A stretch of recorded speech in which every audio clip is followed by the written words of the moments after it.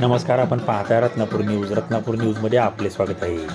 लातूर शहर महानगरपालिका सार्वत्रिक निवडणूक 2026च्या लातूर शहरातील प्रत्येक उमेदवार प्रचाराला आजपासून सुरुवात करत आहे.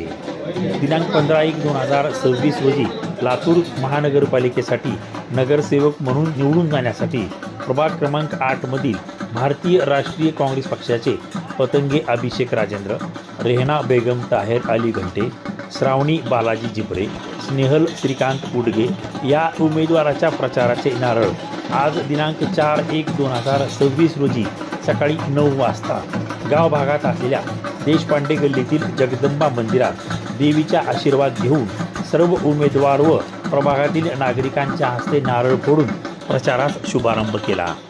या प्रसंगी भारतीय राष्ट्रीय काँग्रेस पक्षाचे 4ही उमेदवार व प्रभागातील 8 मधील सर्वच मतदार बंधू भगिनी मोठ्या संख्येने उपस्थित होते.